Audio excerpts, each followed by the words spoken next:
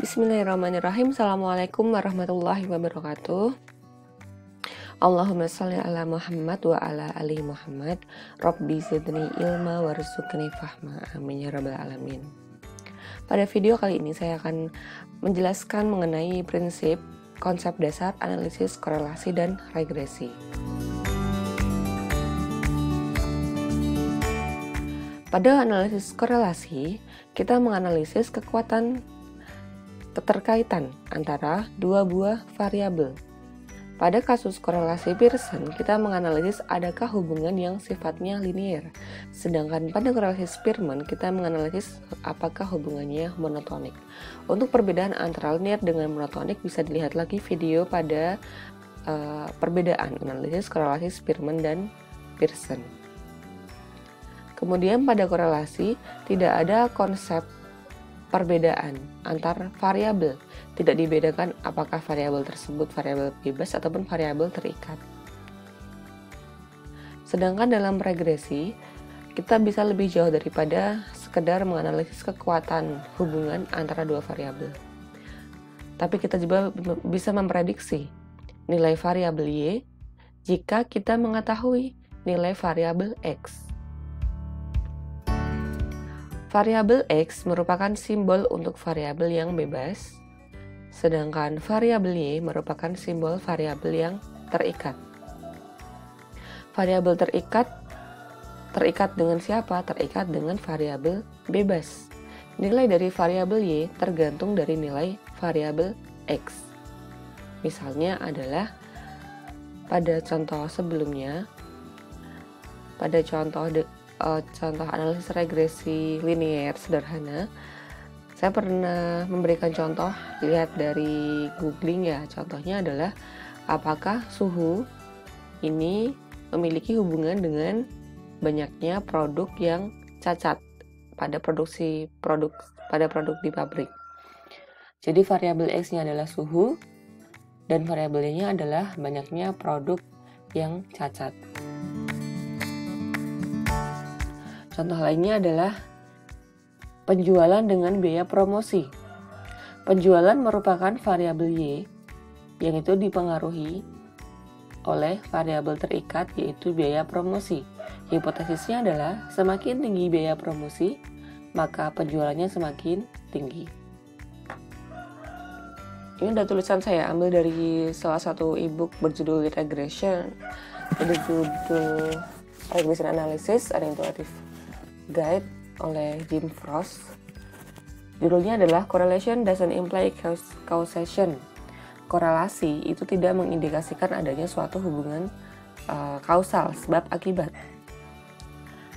Korelasi antara dua variabel ini mengindikasikan bahwa perubahan satu variabel ini berasosiasi dengan perubahan oleh variabel lain. Ada kecenderungan perubahan yang bersama-sama antar dua variabel. Tapi terkadang jika kita mempunyai dua variabel, ada hubungan yang sudah pasti kausal, misalnya antara tinggi badan dengan berat badan.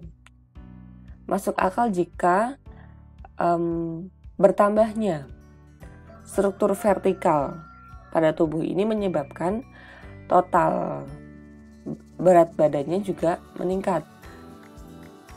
Kemudian ada lagi meningkatnya watt pada lampu bohlam ini meningkatkan tingkat pencahayaan dari lampu tersebut. Namun pada kasus lain hubungan semacam ini, hubungan kausal ini tidak mungkin. Misalnya pada kasus kita mengkorelasikan nilai penjualan es krim dengan banyaknya serangan oleh hiu di pantai nih ya ceritanya. Ternyata penjualan es krim di pantai berkorelasi positif dengan banyaknya penyerangan hiu. Nah, secara logika ini nggak masuk akal kalau berhubungan kausal. Apa hubungannya es krim sama hiu gitu kan? Ternyata ada variabel lain yang mempengaruhi, yaitu temperatur di luar ruangan. Temperatur yang tinggi ini meningkatkan kedua variabel ini, yaitu kalau semakin panas maka orang semakin pengen es krim. Dan di sisi lain, semakin panas ini, semakin banyak orang yang ingin berenang di laut gitu, jadi di pantai. Sehingga variabel temperatur di luar ruangan ini mempengaruhi dua variabel tersebut, sehingga seakan dan dikorelasi, maka muncullah korelasi positif antara penjualan es krim dengan banyaknya serangan hiu kepada swimmer, pada orang yang berenang di pantai. Nah, kalau dalam lebih jauh lagi nanti, adanya hubungan yang kausal sebab akibat ini tuh dibutuhkan suatu metode yang sangat terdesain di awal, yaitu dengan adanya pengacakan dan eksperimen. Dan ini dibutuhkan desain eksperimen, desain metode penelitian yang jauh lebih rigid ya, tidak sekedar korelasi ataupun regresi.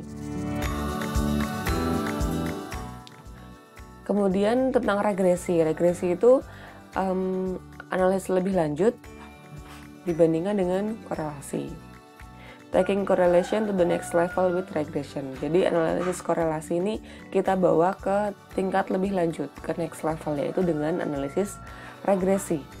Nah, dengan regresi kita dapat mendefinisikan hubungan menggunakan suatu persamaan yang matematis. Nah, persamaan ini kita bisa memahami, dengan persamaan ini kita bisa memahami bagaimana, sebesar apa peningkatan berat badan dengan adanya satu satuan peningkatan tinggi badan. Gitu. Bagaimana kalau tinggi badannya meningkat satu satuan, maka nanti kira-kira berat badan tuh meningkat berapa. Gitu. Kemudian kita juga bisa memprediksi. Kalau diketahui tinggi badannya berapa, kita bisa memprediksi berat badannya berapa. Nah, jadi dalam regresi ada suatu hubungan fungsional yang kita dapatkan. Hubungan fungsional yang bersifat matematis. Secara singkatnya, dalam analisis korelasi yang akan kita dapatkan adalah nilai positif atau negatif hubungan tersebut dan how much, dan seberapa besar hubungannya, keterkaitannya seberapa besar. Kemudian nanti kalau kita pakai uji hipotesis, signifikan atau tidak. Sedangkan dalam analisis regresi, ini kita bisa mengetahui, kita bisa mendapatkan suatu persamaan Y sama dengan A plus BX, atau bisa dituliskan Y sama dengan B0 plus B1X. Kalau X-nya lebih dari 1, kita bisa tuliskan Y sama dengan B0 plus B1X1 plus B2X2 dan seterusnya. Kita bisa memiliki persamaan seperti ini, dan nilai ini kita bisa gunakan untuk memprediksi Y jika diketahui X-nya sama dengan suatu angka.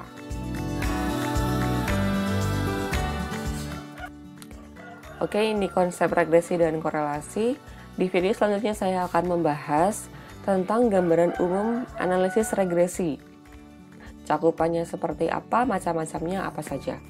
Oke, terima kasih. Semoga bermanfaat. Wassalamualaikum warahmatullahi wabarakatuh.